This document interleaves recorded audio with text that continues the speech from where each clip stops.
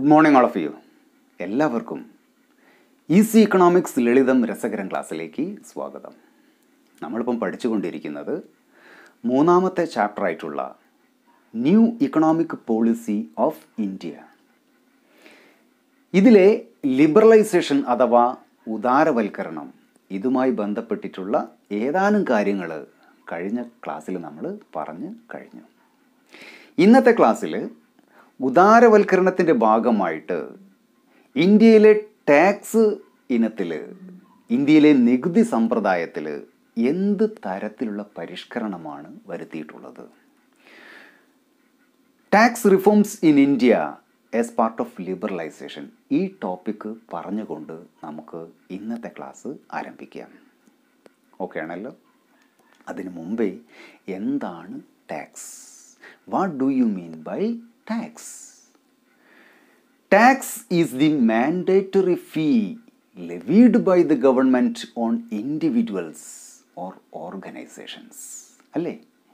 വ്യക്തികളിൽ നിന്നോ അല്ലെങ്കിൽ സ്ഥാപനങ്ങളിൽ നിന്നോ ഗവൺമെൻറ് നിർബന്ധമായിട്ടും ഈടാക്കുന്ന, ഗവൺമെൻറ് നിർബന്ധമായിട്ടും ചുമത്തുന്ന പണമാണ് അല്ലെങ്കിൽ ഫീസാണ് നികുതി എന്ന് പറഞ്ഞിട്ടുണ്ടെങ്കിൽ, tax revenue is the main source of income of the government. അല്ലേ? ഗവൺമെൻറ്റിൻ്റെ ഏറ്റവും പ്രധാനപ്പെട്ടിട്ടുള്ള വരുമാന മാർഗമാണ് tax revenue. With the use of these tax revenue or income, government provides better facilities to the society. Government provides better infrastructure to the society. അല്ലേ? രാജ്യത്തിന് ആവശ്യമായിട്ടുള്ള എല്ലാ ഭൗതിക സാഹചര്യങ്ങളും, റോഡുകളായാലും പാലങ്ങളായിട്ടുണ്ടെങ്കിലും എയർപോർട്ടുകളായിട്ടുണ്ടെങ്കിലും അങ്ങനെ തുടങ്ങി രാജ്യത്തിന് ആവശ്യമായിട്ടുള്ള എല്ലാ ഫെസിലിറ്റീസും ഒരുക്കി കൊടുക്കുന്നതിന് ഗവൺമെൻറ്റിന് ഏറ്റവും കൂടുതൽ പണം ലഭിക്കുന്നത് നികുതി ഇനത്തിൽ നിന്നുമാണ്. ഈ പണം ഉപയോഗിച്ചിട്ടാണ് ഗവൺമെൻറ് ഈ തരത്തിലുള്ള ഫെസിലിറ്റീസൊക്കെ രാജ്യത്തിൻ്റെ വളർച്ചയ്ക്ക് വേണ്ടിയിട്ട്, പുരോഗതിക്ക് വേണ്ടിയിട്ട് ഉപയോഗപ്പെടുത്തുന്നത്. അല്ലേ? There are 2 types of taxes. ഇല്ലേ? എന്തൊക്കെയാണ്? യെസ്, ഡയറക്റ്റ് ടാക്സസ് അഥവാ പ്രത്യക്ഷ നികുതികൾ, ആൻഡ് ഇൻഡയറക്റ്റ് ടാക്സസ് അഥവാ പരോക്ഷ നികുതികൾ. ഇങ്ങനെ പ്രത്യക്ഷ നികുതികളെന്നും പരോക്ഷ നികുതികൾ എന്നും 2 തരത്തിലുള്ള നികുതികൾ ഉണ്ട്. എന്താണ് ഡയറക്റ്റ് ടാക്സ് അഥവാ പ്രത്യക്ഷ നികുതി എന്ന് പറഞ്ഞിട്ടുണ്ടെങ്കിൽ, yes, direct taxes are those taxes which are paid by the taxpayer directly to the government. ഇല്ലേ? നികുതിദായകൻ ഗവൺമെൻറ്റിലേക്ക് നേരിട്ട് അടയ്ക്കുന്ന നികുതിയെയാണ്, ടാക്സിനെയാണ് നമ്മൾ ഡയറക്റ്റ് ടാക്സ് എന്ന് വിളിക്കുന്നത്.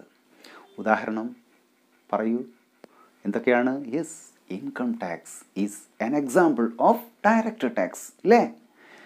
വരുമാന നികുതി ഓരോ വ്യക്തിയും ഗവൺമെൻറ്റിലേക്ക് നേരിട്ട് അടയ്ക്കുകയാണ് ചെയ്യുന്നത്. അതുകൊണ്ട് income tax is one of the example of direct tax. Any other?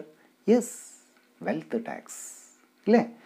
സ്വത്തിന് നമ്മൾ നൽകുന്ന നികുതി എന്തിനുള്ള ഉദാഹരണമാണ്? ഡയറക്റ്റ് ടാക്സിനുള്ള ഉദാഹരണമാണ്.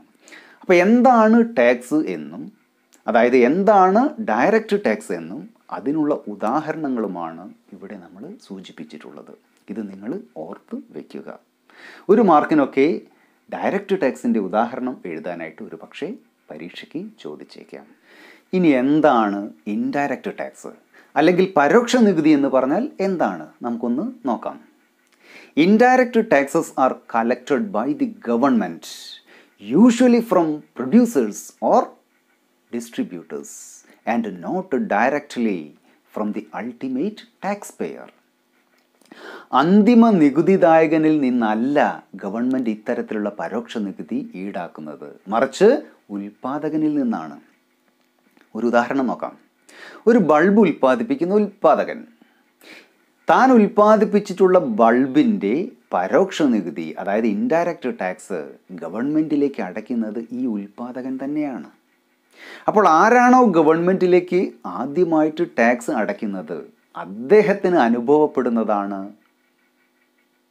ഇമ്പാക്റ്റ് ഓഫ് ടാക്സ് എന്ന് പറഞ്ഞാൽ. അപ്പോൾ ഇൻഡയറക്റ്റ് ടാക്സിൻ്റെ കാര്യത്തിൽ ഇമ്പാക്റ്റ് ഓഫ് ടാക്സ് ആർക്കാ അനുഭവപ്പെട്ടത്? യെസ്, പ്രൊഡ്യൂസേഴ്സിനാണ് അനുഭവപ്പെട്ടിരിക്കുന്നത്. ഇങ്ങനെ ഉൽപ്പാദകൻ ഗവൺമെൻറ്റിലേക്ക് അടച്ചിട്ടുള്ള പരോക്ഷ നികുതി ഉൾപ്പെടെയാണ് അദ്ദേഹം ബൾബിൻ്റെ വിലയായി നിശ്ചയിച്ചിരിക്കുന്നത്. ഇങ്ങനെ ഉൽപ്പാദകൻ തൻ്റെ ബൾബ് ഒരു വിൽപ്പനക്കാരന് വിൽക്കുകയാണ് എങ്കിൽ ഗവൺമെൻറ്റിലേക്ക് താൻ അടച്ചിട്ടുള്ള ഇൻഡയറക്റ്റ് ടാക്സ് ആരിലേക്ക് കൈമാറ്റം ചെയ്യാനായിട്ട് പറ്റിയിട്ടുണ്ട്? വിൽപ്പനക്കാരനിലേക്ക് കൈമാറ്റം ചെയ്യാനായിട്ട് പറ്റിയിട്ടുണ്ട്. അതായത് ടാക്സിൻ്റെ ഭാരം അല്ലെങ്കിൽ ഇൻസിഡൻസ് ഓഫ് ടാക്സ് ഉൽപ്പാദകൻ ആരിലേക്ക് ട്രാൻസ്ഫർ ചെയ്ത് കഴിഞ്ഞു? യെസ്, വിൽപ്പനക്കാരനിലേക്ക് ട്രാൻസ്ഫർ ചെയ്ത് കഴിഞ്ഞു. ഇനി വിൽപ്പനക്കാരനിൽ നിന്നും ആരാണോ അവസാനമായിട്ട് ഈ ബൾബ് വാങ്ങി ഉപയോഗിക്കുന്നത് അതാരായിരിക്കും? അൾട്ടിമേറ്റ് കൺസ്യൂമർ ആയിരിക്കും.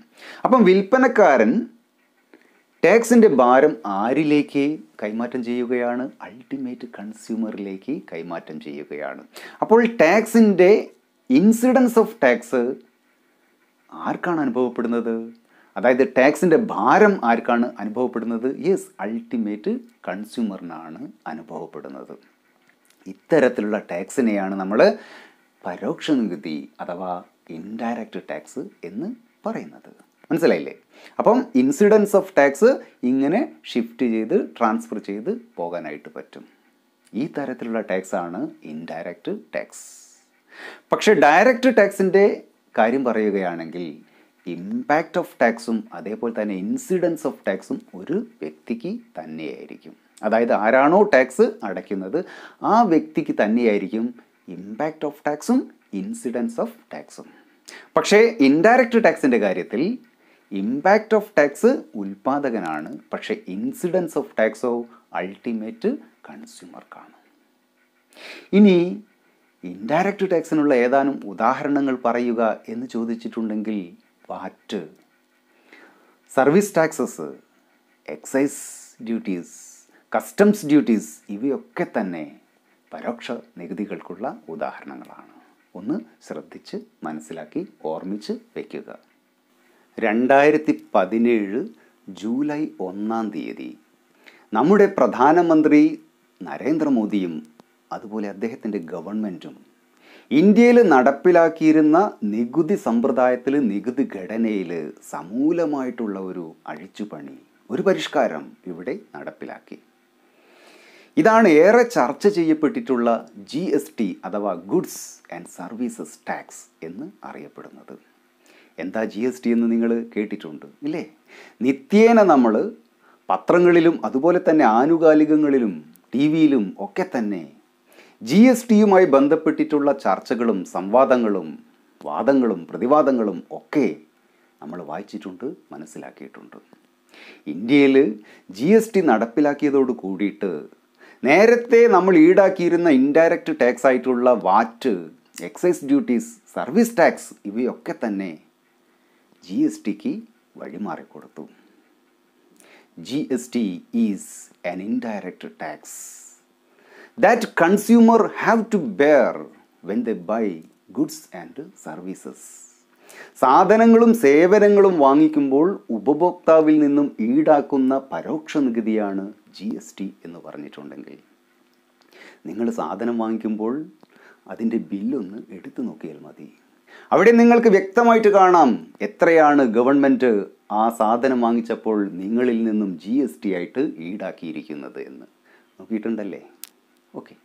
GST നടപ്പിലാക്കിയതോട് കൂടിയിട്ട് one country one tax one market എന്ന സ്ഥിതി വന്നു.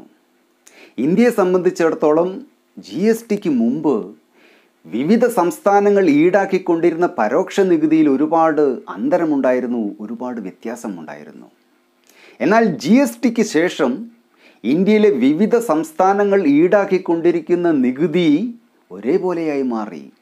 ഇതോടുകൂടിയിട്ട് വിവിധ സംസ്ഥാനങ്ങളിലൂടെയുള്ള ചരക്ക് ഗതാഗതം ഒരുപാട് വർദ്ധിക്കുകയുണ്ടായി. തൽഫലമായിട്ട് ഗവൺമെൻറ്റിനെ സംബന്ധിച്ചിടത്തോളം നികുതി ഇനത്തിൽ ഒരുപാട് വരുമാന വർധനവ് ഉണ്ടാക്കിയെടുക്കാനായിട്ട് പറ്റി. ഇന്ത്യയിൽ ലിബറലൈസേഷൻ നടപ്പിലാക്കുന്നതിന് മുമ്പ് നമ്മുടെ ടാക്സ് റേറ്റ് വളരെ കൂടുതലായിരുന്നു. Both direct and corporate tax was quite high. നമുക്കറിയാം, if tax rate is quite high, that tends to stimulate tax evasion.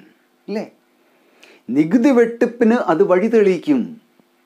Tax rate കൂടുതൽ ആണ് എങ്കിൽ, ഒരുപാട് ഉയർന്ന ടാക്സ് ആണ് ഗവൺമെൻറ് ഈടാക്കുന്നതെങ്കിൽ ജനങ്ങൾ ടാക്സ് വെട്ടിക്കാനായിട്ട് ഒരുപാട് ശ്രമങ്ങൾ നടത്തും.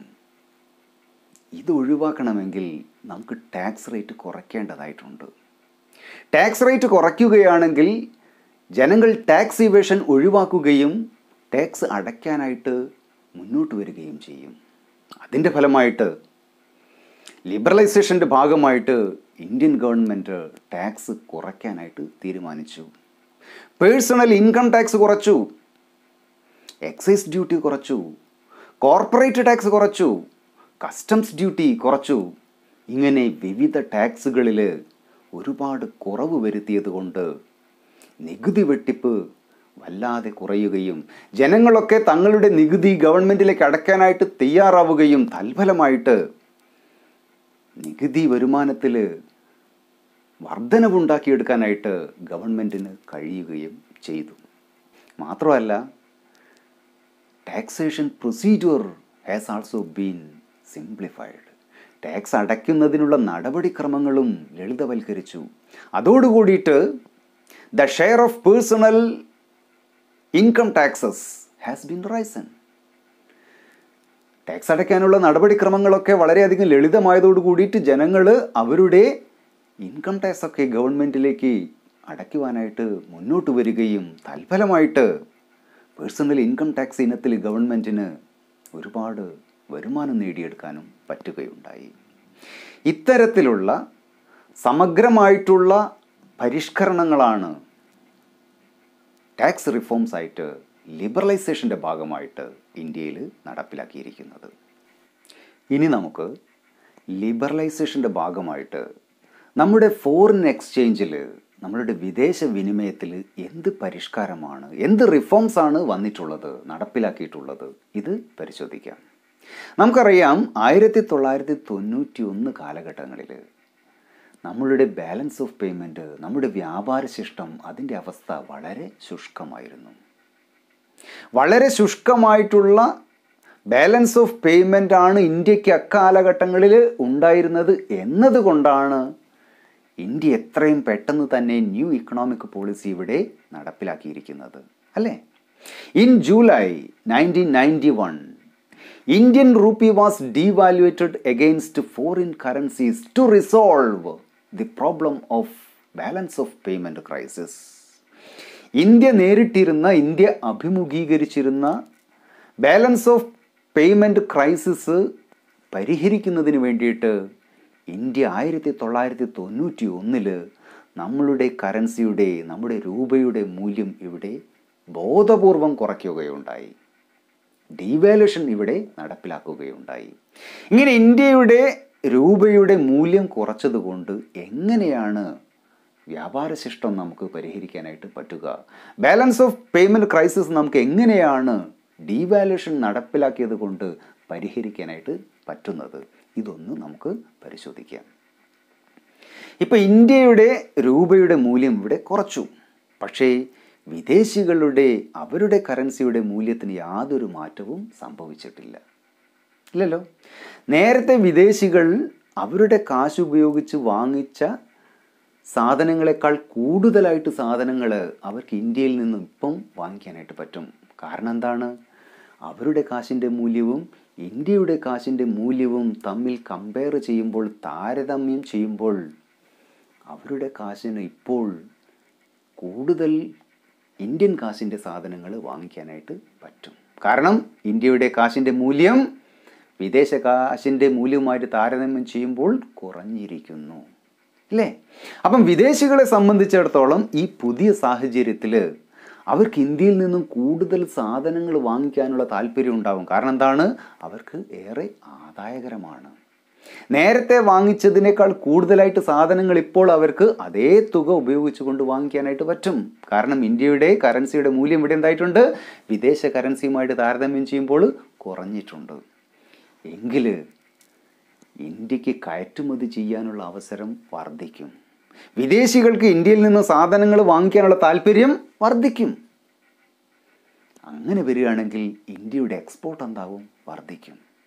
ഇന്ത്യയുടെ എക്സ്പോർട്ട് വർദ്ധിക്കുകയാണെങ്കിൽ, നമ്മളുടെ കയറ്റുമതി വർദ്ധിക്കുകയാണെങ്കിൽ ഇന്ത്യയിലേക്ക് ഒഴുകുന്ന വിദേശ കറൻസിയുടെ ഫോറിൻ എക്സ്ചേഞ്ചിൻ്റെ ഒഴുക്കും വർദ്ധിക്കും അല്ലേ? ഫോറിൻ എക്സ്ചേഞ്ച് നമുക്ക് കൂടുതലായിട്ട് ലഭിക്കും.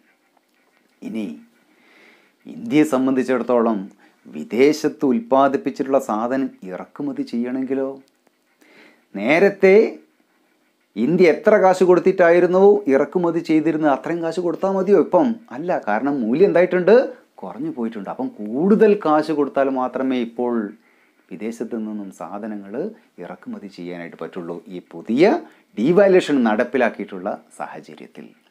അങ്ങനെയാകുമ്പം ഇന്ത്യയെ സംബന്ധിച്ചിടത്തോളം ഇറക്കുമതി ചെയ്യാനായിട്ടുള്ള താല്പര്യം കൂടുമോ? ഇല്ലല്ലോ. മറിച്ചെന്താകും, കുറയും. അപ്പോൾ ഇന്ത്യ ഇറക്കുമതി ചെയ്യുന്നത് കുറയ്ക്കും. കാരണം ഇറക്കുമതി ഇപ്പോൾ ഇന്ത്യയെ സംബന്ധിച്ചിടത്തോളം വളരെ എക്സ്പെൻസീവാണ്, വളരെ കോസ്റ്റ്ലിയാണ്. എങ്കിലും ഇറക്കുമതി ചെയ്യാനായിട്ട് ഇന്ത്യക്ക് താല്പര്യം ഉണ്ടാവില്ല. അപ്പോൾ ഇറക്കുമതി കുറയ്ക്കാനായിട്ട് പറ്റി, കയറ്റുമതി വർദ്ധിപ്പിക്കാനായിട്ട് പറ്റി എങ്കിൽ തീർച്ചയായിട്ടും നമുക്ക് നമ്മളുടെ ബാലൻസ് ഓഫ് പേയ്മെൻറ്റ് ക്രൈസിസ് ഈ ഡീവാലുവേഷൻ ഇവിടെ നടപ്പിലാക്കിയതോട് കൂടിയിട്ട് നമുക്ക് സാധ്യമാവും ഇല്ലേ? ഇനി ഇന്ത്യയുടെ ഫോറിൻ എക്സ്ചേഞ്ചിൽ ലിബറലൈസേഷൻ്റെ ഭാഗമായിട്ട് നടപ്പിലാക്കിയിട്ടുള്ള മറ്റൊരു പരിഷ്കാരം എന്താണെന്ന് വെച്ചിട്ടുണ്ടെങ്കിൽ എക്സ്ചേഞ്ച് റേറ്റ്. അത് നേരത്തെ നിശ്ചയിച്ചിരുന്നത് ഫിക്സഡ് എക്സ്ചേഞ്ച് റേറ്റ് ആയിരുന്നു. അതായത് ഗവൺമെൻറ് നിശ്ചയിക്കുകയാണ് ഇന്ത്യൻ കറൻസിയും വിദേശ കറൻസിയും തമ്മിലുള്ള കൈമാറ്റത്തിൻ്റെ നിരക്ക് ഗവൺമെൻറ്റാണ് നിശ്ചയിച്ചിരുന്നത്. എന്നാൽ ലിബറലൈസേഷൻ നടപ്പിലാക്കിയതിനെ തുടർന്നിട്ട് ഫോറിൻ എക്സ്ചേഞ്ച് റേറ്റ് നിശ്ചയിക്കുന്നത് കറൻസികളുടെ ഡിമാൻഡിൻ്റെയും സപ്ലൈയുടെയും അടിസ്ഥാനത്തിലാണ്. അതായത് ഫിക്സഡ് എക്സ്ചേഞ്ച് റേറ്റിന് പകരം ഇന്ത്യയിൽ ഫ്ലെക്സിബിൾ എക്സ്ചേഞ്ച് റേറ്റ് നടപ്പിലാക്കാനായിട്ട് തീരുമാനിച്ചു. എന്താ ഫ്ലെക്സിബിൾ എക്സ്ചേഞ്ച് റേറ്റ് എന്ന് പറഞ്ഞിട്ടുണ്ടെങ്കിൽ, റേറ്റ് ഓഫ് എക്സ്ചേഞ്ച് നിർണ്ണയിക്കുന്നത് കറൻസിയുടെ ഡിമാൻഡിൻ്റെയും സപ്ലൈയുടെയും അടിസ്ഥാനത്തിൽ ആയിരിക്കും. ഇത്തരത്തിലുള്ള പരിഷ്കാരങ്ങളാണ് നമ്മളുടെ വിദേശ വിനിമയ രംഗത്ത് ഇന്ത്യ ലിബറലൈസേഷൻ്റെ ഭാഗമായിട്ട് നടപ്പിലാക്കിയിരിക്കുന്നത്. മനസ്സിലായോ? ഇനി നമുക്ക് ലിബറലൈസേഷൻ്റെ ഭാഗമായിട്ട് നമ്മുടെ ട്രേഡ് ആൻഡ് ഇൻവെസ്റ്റ്മെൻറ്റ് പോളിസിയിൽ, നമ്മളുടെ വാണിജ്യ നിക്ഷേപ സമീപനങ്ങളിൽ എന്ത് മാറ്റങ്ങളാണ്, എന്ത് തരത്തിലുള്ള പരിഷ്കാരങ്ങളാണ് ഈ മേഖലയിൽ നമ്മൾ നടപ്പിലാക്കിയത്, ഇത് നോക്കാം. ഇന്ത്യയെ സംബന്ധിച്ചിടത്തോളം നമ്മുടെ ആഭ്യന്തര വ്യാവസായിക ഉൽപ്പന്നങ്ങൾക്ക് വിദേശ നിർമ്മിത ഉൽപ്പന്നങ്ങളുമായിട്ട് മാറ്റുരയ്ക്കാനുള്ള, വിദേശ ഉൽപ്പന്നങ്ങളുമായിട്ട് കിടപിടിക്കാനുള്ള, അവരോട് മത്സരിക്കാനുള്ള ഒരു ശേഷി നേടിയെടുക്കണം. ഇന്ത്യൻ ഉൽപ്പന്നങ്ങളുടെ മത്സരക്ഷമത വർദ്ധിപ്പിക്കേണ്ടിയിരിക്കുന്നു. ഇത് ലക്ഷ്യം വെച്ചുകൊണ്ടുള്ള പ്രവർത്തനമാണ് ഈ മേഖലയിൽ നമ്മൾ നടപ്പിലാക്കിയിട്ടുള്ളത്. ഇന്ത്യയെ സംബന്ധിച്ചിടത്തോളം, നമ്മളുടെ ആഭ്യന്തര വ്യാവസായിക ശാലകളെ സംബന്ധിച്ചിടത്തോളം ഇവിടെ ആവശ്യത്തിനുള്ള നിക്ഷേപം ഉണ്ടായിരുന്നില്ല. അപ്പോൾ ഇന്ത്യയിൽ നിക്ഷേപം വർദ്ധിക്കണമെങ്കിൽ നമുക്ക് വിദേശത്ത് നിന്നും ഫോറിൻ ഇൻവെസ്റ്റ്മെൻറ്റ് ഇവിടെ വേണ്ടിയിരിക്കുന്നു. അപ്പോൾ അതിനുള്ള ശ്രമങ്ങൾ ഇവിടെ നടപ്പിലാക്കി. മാത്രമല്ല, വിദേശ ഉൽപ്പന്നങ്ങളെ സംബന്ധിച്ചിടത്തോളം അവരുടെ ഉൽപ്പന്നങ്ങൾക്ക് അത്യാധുനിക ടെക്നോളജിയാണ് പ്രയോജനപ്പെടുത്തിയിരിക്കുന്നത്. അപ്പോൾ വിദേശ ഉൽപ്പന്നങ്ങളുമായിട്ട് നമ്മളുടെ ഉൽപ്പന്നങ്ങൾക്ക് മത്സരിക്കണമെങ്കിൽ നമ്മളുടെ ഉൽപ്പന്നങ്ങൾക്കും എന്ത് വേണം? അത്യാധുനിക ടെക്നോളജി ലഭ്യമാക്കണം. അപ്പം വിദേശ ഇൻവെസ്റ്റ്മെൻറ്റും ഫോറിൻ ഇൻവെസ്റ്റ്മെൻറ്റും അതേപോലെ തന്നെ വിദേശ സാങ്കേതിക വിദ്യയും ഇന്ത്യക്ക് ലഭ്യമാക്കത്തക്ക വിധത്തിലുള്ള പരിഷ്കരണമായിരുന്നു ഈ മേഖലയിൽ നമ്മൾ നടപ്പിലാക്കിയതും നമ്മൾ ലക്ഷ്യമിട്ടിരുന്നതും. അപ്പം വിലയുടെ കാര്യത്തിലായിട്ടുണ്ടെങ്കിലും ഗുണനിലവാരത്തിൻ്റെ കാര്യത്തിലായിട്ടുണ്ടെങ്കിലും വിദേശ ഉൽപ്പന്നങ്ങളോട് മാറ്റുരയ്ക്കാൻ ഇന്ത്യൻ ആഭ്യന്തര വ്യവസായങ്ങളെ സഹായിക്കുക, അതിനുള്ള മാറ്റങ്ങൾക്ക് വേണ്ടിയിട്ട് വേദിയൊരുക്കുക, ഇതിനു വേണ്ടിയിട്ടുള്ള ലക്ഷ്യമായിരുന്നു, ഇതിനു വേണ്ടിയിട്ടുള്ള നടപടികളായിരുന്നു ഇന്ത്യൻ ഗവൺമെൻറ് ഈ മേഖലയിൽ കൈക്കൊണ്ടിരുന്നത്.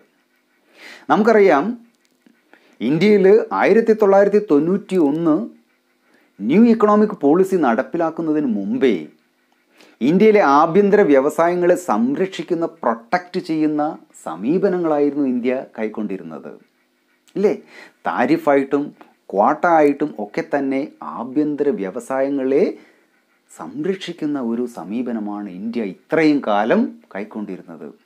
ഇങ്ങനെ താരിഫായിട്ടും ക്വാട്ടയായിട്ടും ഇന്ത്യൻ വ്യവസായങ്ങളെ ഗവൺമെൻറ് സംരക്ഷിച്ചത് കൊണ്ട് തന്നെ ഇന്ത്യയിലെ വ്യവസായങ്ങൾക്ക് മത്സരിക്കാനുള്ള ശേഷി നഷ്ടപ്പെട്ടു പോയിരുന്നു.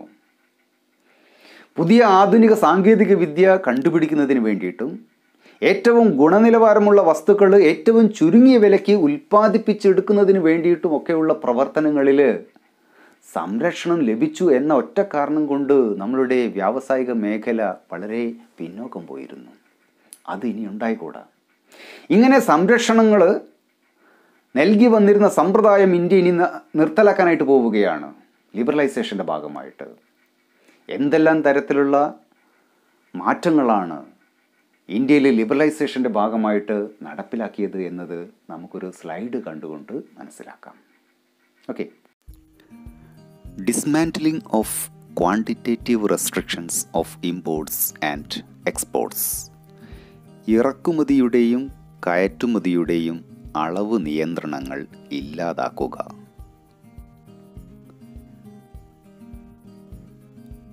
Reduction of tariff rates.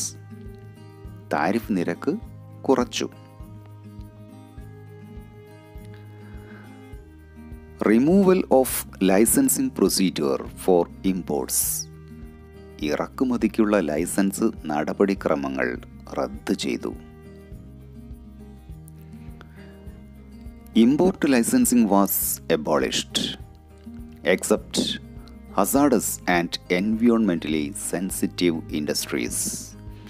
അപകടകരവും പരിസ്ഥിതിക്ക് ഇണങ്ങാത്തതുമായ വ്യവസായങ്ങൾ ഒഴികെ ഇറക്കുമതി ലൈസൻസ് നിർത്തലാക്കി.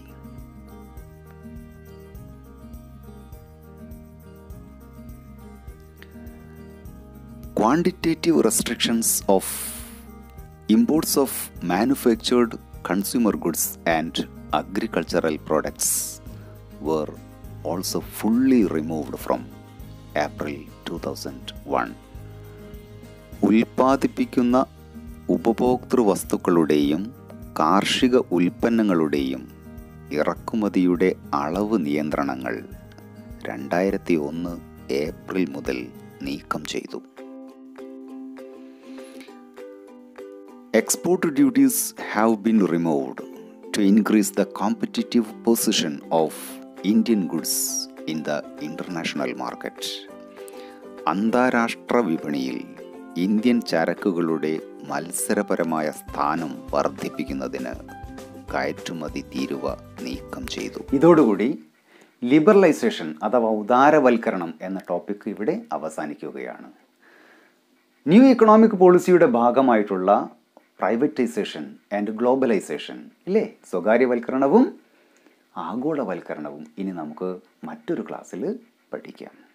ഇതുവരെ എന്നെ കേട്ടിട്ടുള്ള മുഴുവൻ വിദ്യാർത്ഥികൾക്കും ഒത്തിരി നന്ദി പറഞ്ഞുകൊണ്ട് ഈ ചാനൽ ഇനിയും നിങ്ങൾ സബ്സ്ക്രൈബ് ചെയ്തിട്ടില്ല എങ്കിൽ എത്രയും പെട്ടെന്ന് തന്നെ സബ്സ്ക്രൈബ് ചെയ്തുകൊണ്ട് തൊട്ടടുത്തുള്ള ബെല്ലൈക്കൺ ടാപ്പ് ചെയ്തുകൊണ്ട് കഴിയുന്ന അത്രയും കുട്ടികളിലേക്ക് ഈ ക്ലാസ്സിൻ്റെ ലിങ്ക് അയച്ച് കൊടുത്തുകൊണ്ട് ഷെയർ ചെയ്തുകൊണ്ട് ഈ ക്ലാസ് കൂടുതൽ വിപുലപ്പെടുത്തിക്കൊണ്ട് ഈ ക്ലാസ്സിൻ്റെ ഭാഗമായിട്ട് നിങ്ങൾ തീർച്ചയായും എന്നോടൊപ്പം ഉണ്ടാവും എന്ന പ്രതീക്ഷയിൽ എല്ലാവർക്കും ഒരിക്കൽ കൂടി നന്ദി പറഞ്ഞുകൊണ്ട് ഗുഡ് ബൈ.